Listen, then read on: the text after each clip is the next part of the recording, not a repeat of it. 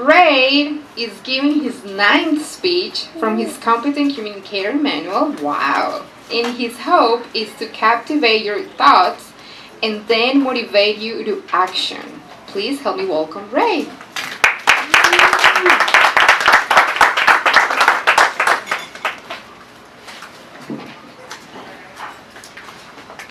You know what?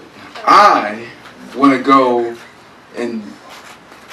to Riverside.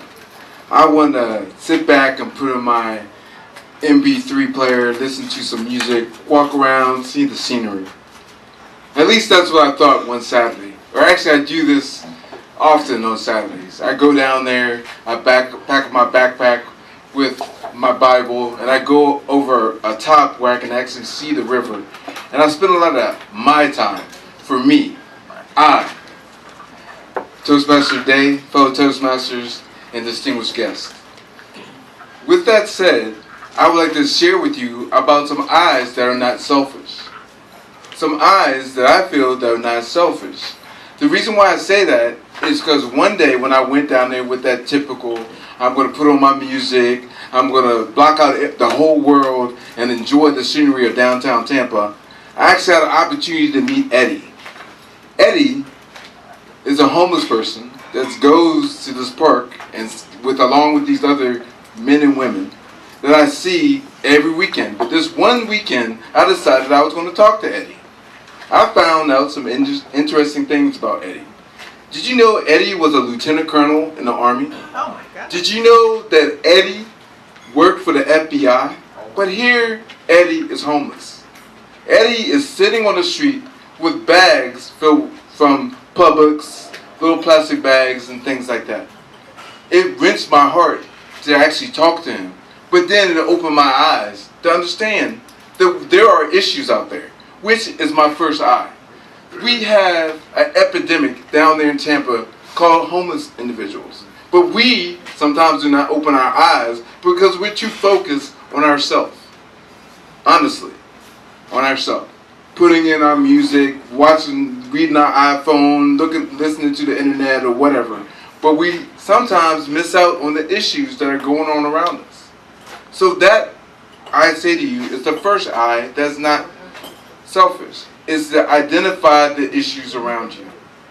The next I that I feel that is not selfish is implementation.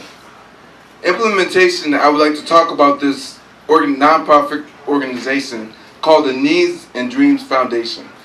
This foundation is circled around helping out homeless individuals, and then we're going to even go even further than that. We're going to talk and build up youngsters and youth before they even get to the point of being homeless. So their whole thing is to handle impoverished youth. Now the reason why it was so awesome to know about this nonprofit organization, because these people, the founders and co-founders, are so passionate about it, is because they came from impoverished homes. One of the founders actually lives in Tampa and was raised in Tampa, but had to go through the struggles of being in the impoverished, broken home. So they have the passion to implement and make a change in their surroundings. One way, and you would think that, hey, this is something that's not fun, but they actually came up with this idea. Has anybody ever heard of that one thing? I can't remember what it's called, but you go around and you find things. Have you ever heard about it? Scavenger hunt. Yes. It's like this is like a scavenger hunt that they developed in St. Pete. All the profits go to the Needs and Dreams Foundation. So to help them implement that, they're also looking for a treasurer. They're also looking for people to get on their board. So if you're interested in going along with the Needs and Dreams Foundation, let me know and I can give you these flyers and I'll let you know about that. Now, the next thing, which I kind of alluded to, is to invite. So I'm inviting each and every one of you to go home and do some soul searching. Let's go out and find some issues out there that we can make an impact on our community around us.